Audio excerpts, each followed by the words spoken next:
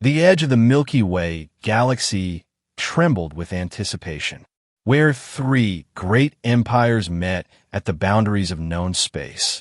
A crisis was brewing that would shake the very foundations of the Galactic Peace Accord.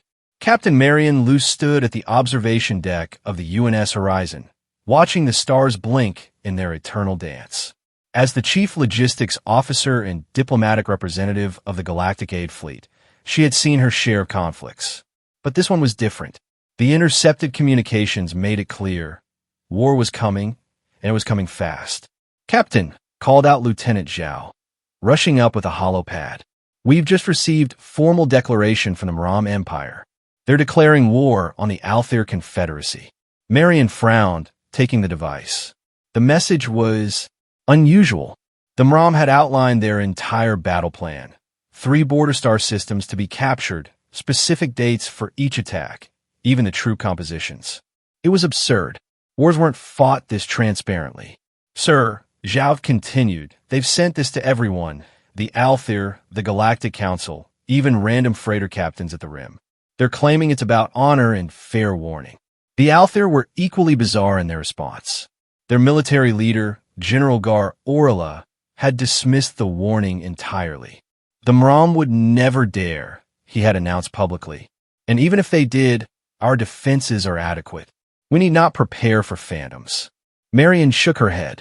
The Althir were amphibious beings with luminescent skin that allowed for complex communication through color changes and chemical signals. Highly evolved, deeply bureaucratic, and frustratingly complacent. The Mram, on the other hand, were spherical creatures covered in fur, who navigated their world through echolocation. They had a peculiar sense of honor that demanded they announce their intentions before battle, believing it made war fair. "Set course for Althir space," Marion ordered. "Full humanitarian and medical supplies. If the Mram are serious and Althir isn't preparing, we'll need to be ready." As the Horizon entered quantum jump, Marion couldn't shake her unease. The Galactic Peace Accord had specific rules about intervention. Humanity, still relatively new to the galactic community, had to tread carefully. But something about this conflict felt wrong. The Mram's transparency, the Althir's dismissiveness. It was like watching children play at war without understanding the consequences. The Horizon dropped from quantum space at the edge of Althir territory. What Marion saw made her blood run cold.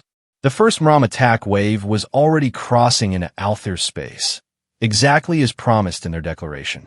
Dozens of warships, their distinctive spherical designs allowing for their sonic sensors to work in all directions. "Hail General Orla," Marion commanded. The general's scaled face appeared on screen, his skin flickering through annoyed yellows and reds. "Human representative, this is not your concern. The Mram are simply posturing. They would not dare." An explosion rocked his command center. The hologram flickered as Orla's skin flashed brilliant white panic. "The first planet," he gasped. They actually attacked. How could they? We announced our defenses." "General, with respect, they announced their attack. Yet you didn't prepare. We need to establish emergency protocols immediately." But Orla was already shouting orders in his native color language, bands of purple and orange cascading across his skin as he tried to marshal a defense that simply wasn't there. The Mram, true to their word, conquered the first satellite planet within hours. The Althir military, caught unprepared, retreated in disarray. The Mram then did something that baffled everyone. They transmitted their thanks for the honorable battle and announced they would rest for 3 days before attacking the next planet, again right on schedule. "Captain," Zhao reported, "the Galactic Council is calling for an emergency session. They're demanding we coordinate a peace initiative, prepare diplomatic channels with both sides, and Zhao, start cataloging our relief supplies. All of them." What followed was a diplomatic nightmare. The Althir military was divided and humiliated, their civilian population growing restless. The Mram, emboldened by their initial success, pressed forward with methodical precision, capturing the second planet exactly as their battle plan had stated. Each time, they paused, announced their success, and waited for the honorable period before continuing. Marion found herself caught between two sides that seemed determined to misunderstand each other. The Althir couldn't comprehend why anyone would attack if they announced it first. The Mrom couldn't understand why the Althir weren't mounting the proper defense they had time to prepare. "We cannot allow this to continue," Marion declared at the council meeting. "Permission to escalate our humanitarian response." The council members, a collection of diverse alien representatives, murmured among themselves. Finally, Ambassador Kethery of the Vothan spoke. "Define escalate, Captain Le. Full logistical support to prevent a total collapse of Althir defenses and civilian infrastructure." The Mrom may see this as honorable conquest, but millions of Althir civilians are caught in the crossfire. "And what level of support are we discussing?" Marion smiled. "Whatever it takes." What Marion didn't explain, what no one in the galaxy quite understood, was that humans had a peculiar relationship with logistics. While other species calculated need-to-resource ratios, measured efficiency, and optimized for minimal waste, humans operated on a simpler principle: better too much than too little. Within days, the horizon was followed by a flotilla of human cargo vessels. Then dozens more. Then hundreds. The stream of ships formed a continuous line through quantum space, each packed with supplies that made other species' military quartermasters weep with disbelief. "Captain," General Orla contacted her, his skin displaying confusion silver. "Your convoy of supplies arrived. We appreciate the medical equipment and food, but why did you send 12,000 portable molecular fabricators? We have a population of 2 million across all our colonies." "1 per 600 people seemed reasonable," Marion replied cheerfully. "Also, I understand your hospitals are overtaxed. We're sending complete surgical units with AI support." "That's very generous, but the manifests show you're sending 50,000 surgical units." "Well, you never know. Did you receive the defensive batteries?" Orla's scales shifted to grateful blue. "Yes, those will help immensely. Though again, the quantity. 3,000 should cover all major installations, plus mobile reserves." "Oh, and we're sending drone swarms for tactical support." "How many?" "Just a few million." The silence on the comm was deafening. The Mrom Empire, monitoring all transmissions as per their honor code, was equally baffled. Their military analysts could not understand the human supply chain. Minister Thrum, an aide, reported to the Mrom War Council. "The humans continue sending supplies to the Althir. Our projections indicate they have already sent enough resources to support a planet-wide war for 50 years. 50 years! War Minister Thrum's fur bristled. "The battle plan only extends 2 more months." "I know, Minister, but they haven't stopped. Their supply ships keep arriving. They've now sent enough emergency rations to feed every Althir for 20 years. Enough batteries to power their defense grid 10 times over, and..." The aide paused, consulting his notes. "They appear to be sending prefabricated refugee cities, complete with hospitals, schools, and entertainment centers." "Entertainment?" "Yes, Minister. They included full holographic theaters in each refugee package." Thrum's sonic field pulsed with confusion. "These humans, they do not fight themselves, yet they send enough supplies for total war? What manner of beings are they?" The turning point came when the Mrom launched their assault on the Althir's core system. They had announced this final battle would determine the war's outcome. The Althir, now buttressed by incomprehensible levels of human logistical support, were ready. Where once there had been sparse defensive positions, now stood layers of shield generators, each protected by multiple redundant power systems. The skies above Althir Prime filled with defensive drones, so many that they created a metallic aurora. Human-supplied batteries hummed with power, creating an energy network so robust that even General Orla seemed confused by it. "We have enough stored power to maintain shields for 6 months of continuous bombardment," he reported to Marion, his skin showing analytical purple. "Is this normal for human standards?" "Oh, that's just the first shipment's batteries.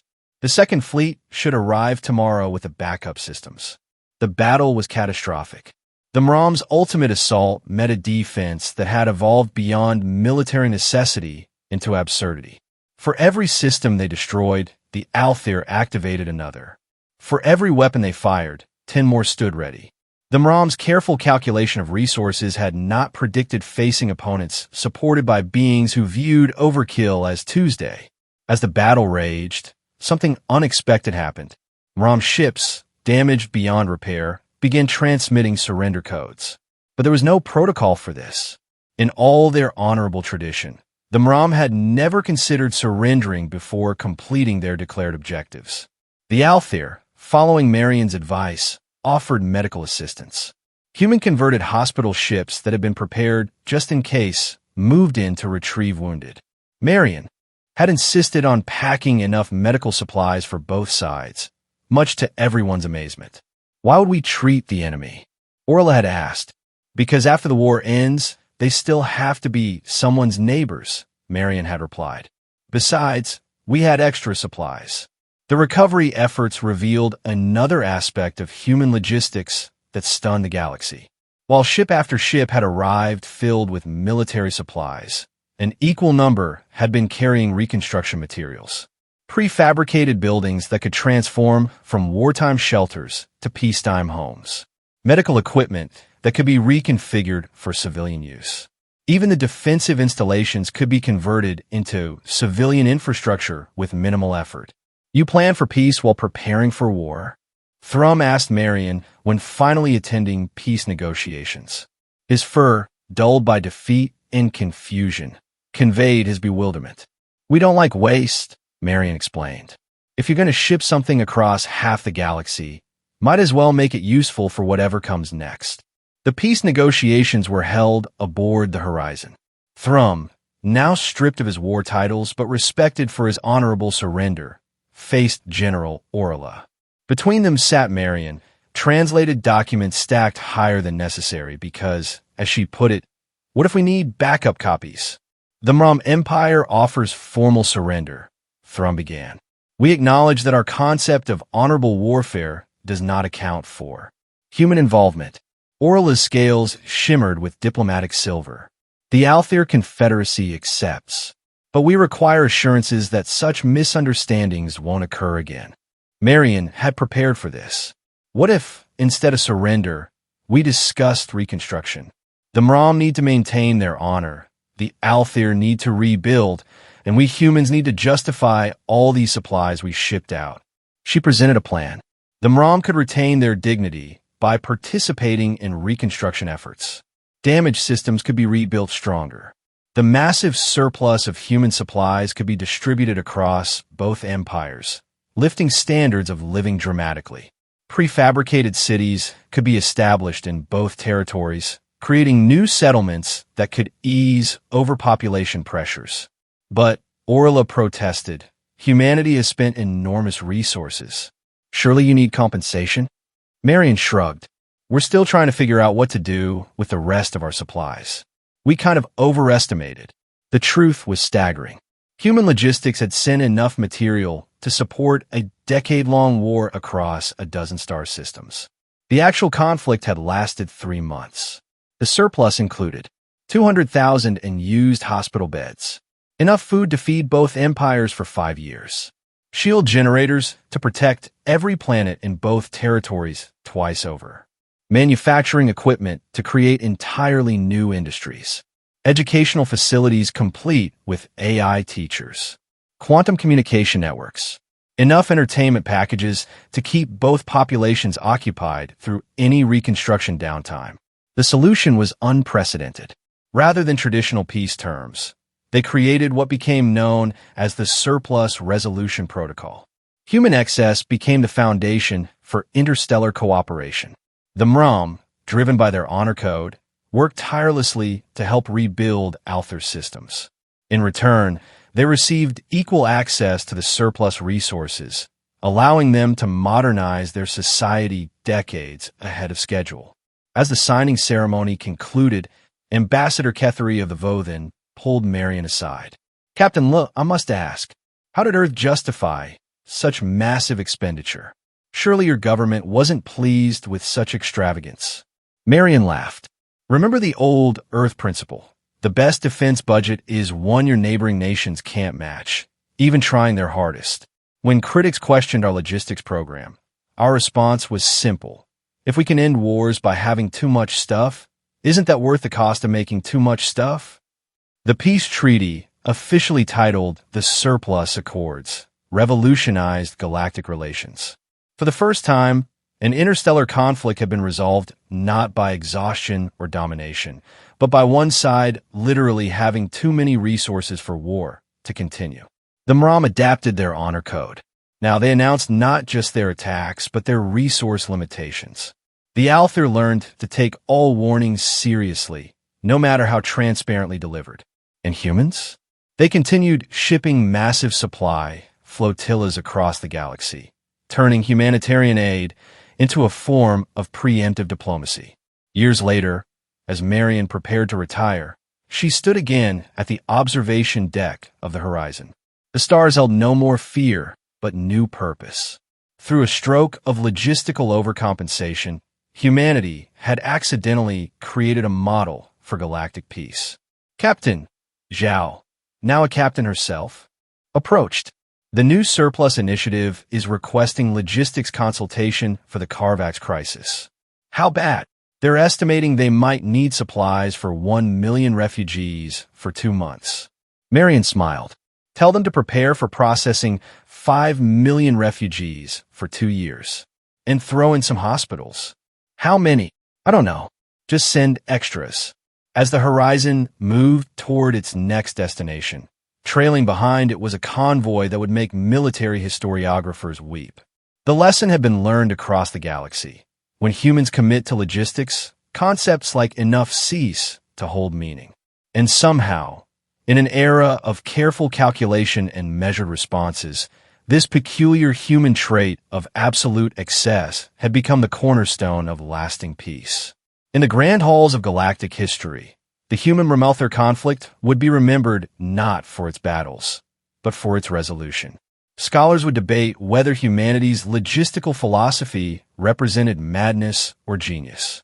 Economists would model the human surplus effect for generations.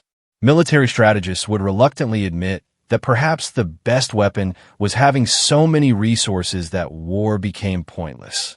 But for Marion Lu, and thousands like her who continued humanity's tradition of oversupply diplomacy, the answer was simple.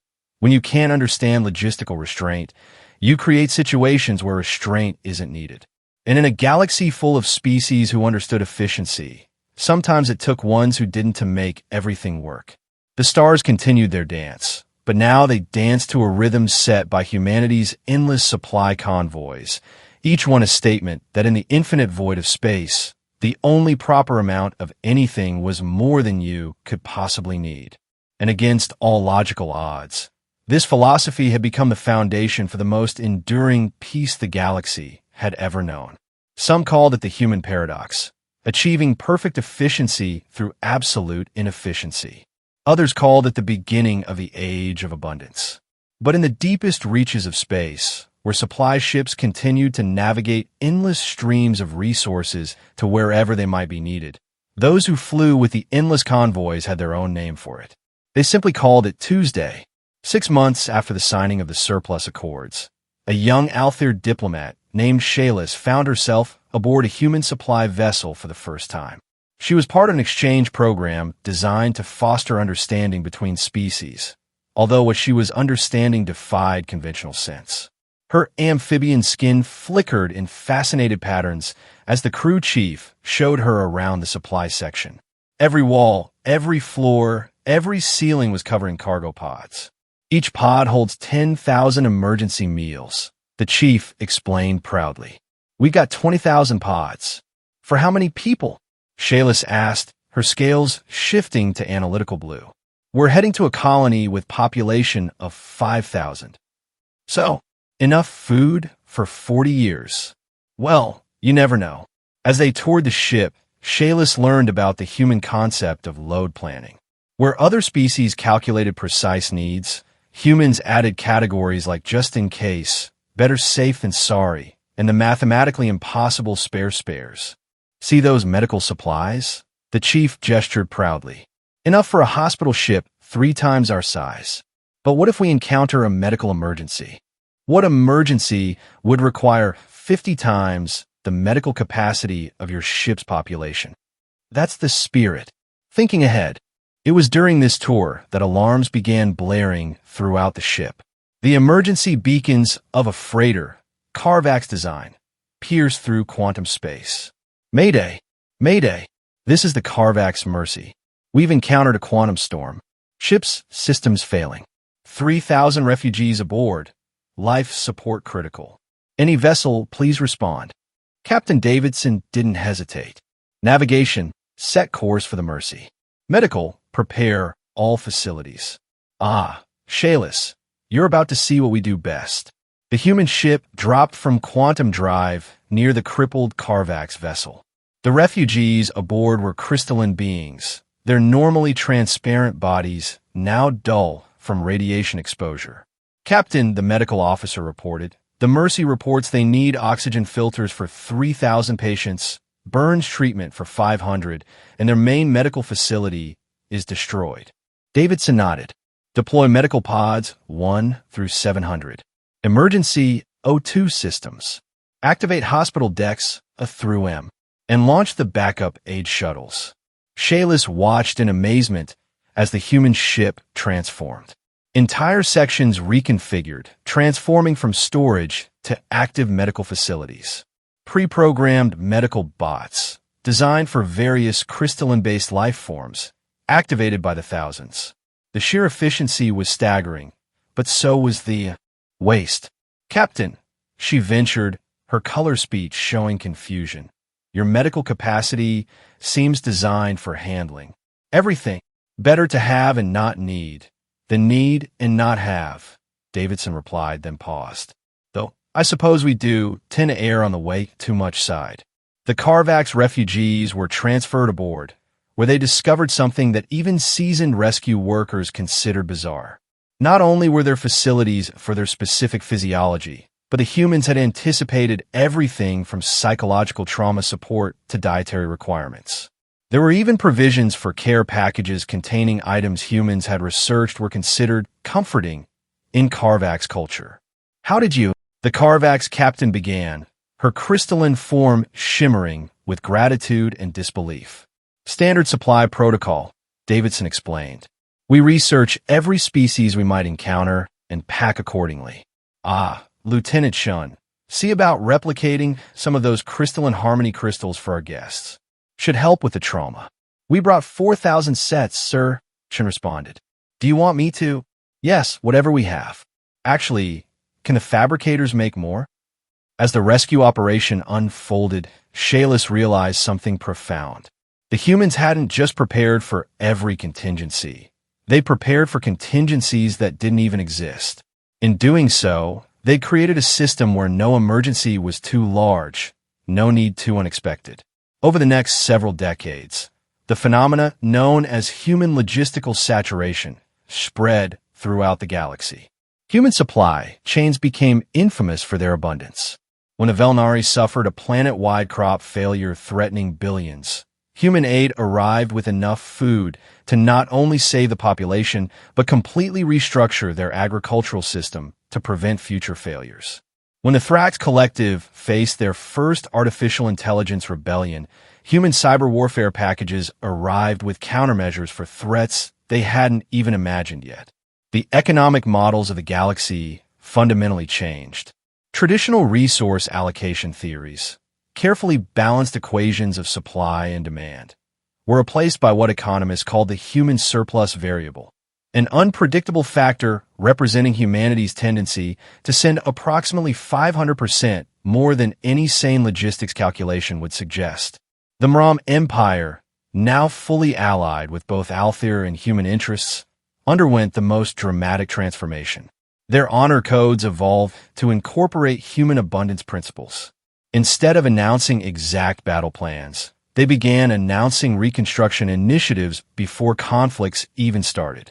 When territorial disputes arose, they'd declare, in 3 months, we will peacefully negotiate the Arcturus border and then send enough construction supplies to rebuild whatever system loses the argument.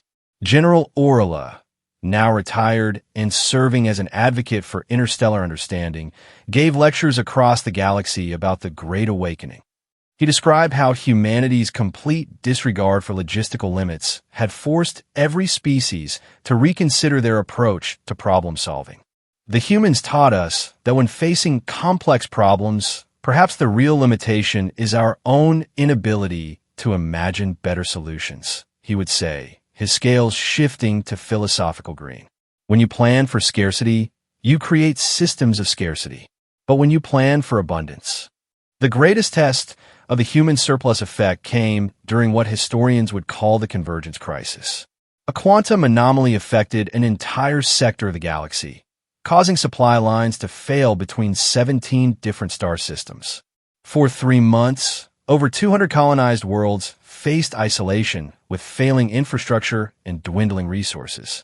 While other species debated response protocols and calculated minimum requirements, humans launched what they called Operation Saturation. Every available transport was loaded not with essential supplies, but with everything the affected systems could possibly need. Manufacturing ships packed with automated factories, agricultural vessels carrying gene banks of every edible species in the galaxy, construction drones equipped with blueprints for entire cities. What shocked observers was the speed of deployment. Within weeks, human ships were streaming into the affected sector, each cargo hold containing more supplies than traditional aid organizations would send in years. But that was just the beginning. The Surplus Armada, as it became known, didn't stop at relief. Human logisticians began dropping supplies at every habitable body in the sector, including uninhabited worlds.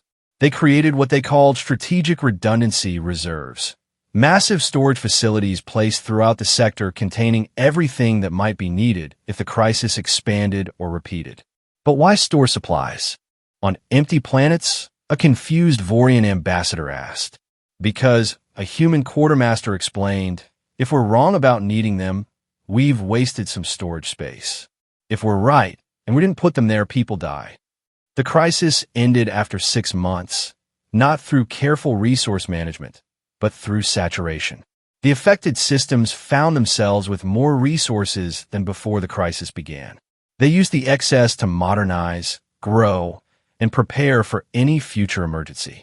The final stroke came when humans handed control of the reserve supplies to local authorities. Each system received deeds to their stockpiles with a simple note: use them however you see fit. If you need more, just ask. The Vorian Confederacy, known throughout the galaxy for their precise economic planning, commissioned a study of human logistics. Their findings, published as The Entropy of Abundance, suggested that humans had fundamentally misunderstood the second law of thermodynamics. Instead of entropy increasing toward disorder, human systems somehow created order through redundancy. The lead researcher, Dr. Felix, published a famous quote: "Humans didn't solve the problem of insufficient resources. They eliminated the concept of insufficiency itself." Perhaps the most telling evolution of the human surplus effect came during the annual Galactic Economic Summit, 5 years after the convergence crisis. As species presented their carefully calculated budgets and resource projections, the human delegation arrived with a simple chart showing their logistical planning. Requirements: X. Human solution: 10x plus spares. What if you need more than 10x? Asked a scandalized Kelvin representative, their mercurial form shimmering with disapproval. The human ambassador, Marie Collins, smiled. Then we'll send 100x. The real question is, when has any of you suffered from having too much of what you need? The silence in the chamber spoke volumes. That night, as delegates retired to their quarters, they found courtesy packages waiting for them. Each contained luxurious accommodations that far exceeded diplomatic standards, personal replicators, and a note explaining that humanity had accidentally overbuilt the summit facilities and wanted guests to take the excess with them. By the next morning, 3 more species had submitted applications to join the Human Surplus Initiative. Back aboard the UNS Horizon, now a diplomatic vessel rather than a supply ship, Captain Marion Liu prepared for her next assignment. At 93 and enhanced for longevity, she now served as Ambassador of Overflow, a title she'd invented herself, but which had been officially adopted by Earth's government. Ambassador, her aide reported, we've received distress signals from the Cathari system. They're facing a mathematical paradox in their quantum computers that's threatening to collapse their entire technological infrastructure. Marion smiled. And how many quantum solutions would they need? According to their own scientists, exactly 12 specialized processors working in specific configurations. Excellent. Load up 3,000 quantum processors, 15 different AI types, and throw in some quantum mechanics textbooks. Oh, and entertainment holos. If their technology collapses, they'll need something to do. Ma'am, permission to ask, do you think we'll ever learn to moderate our responses? Marion considered the question, her expression thoughtful. Aide Martinez, let me tell you something about humanity. For centuries, we struggled with scarcity on our homeworld. Wars were fought over resources. Millions suffered from want. When we finally reached the stars and found abundance, we made a choice. We decided that no one should ever suffer from need again if we had the power to prevent it. She gestured toward the viewport, where supply ships formed a constant stream of traffic. Do we sometimes send too much? Absolutely.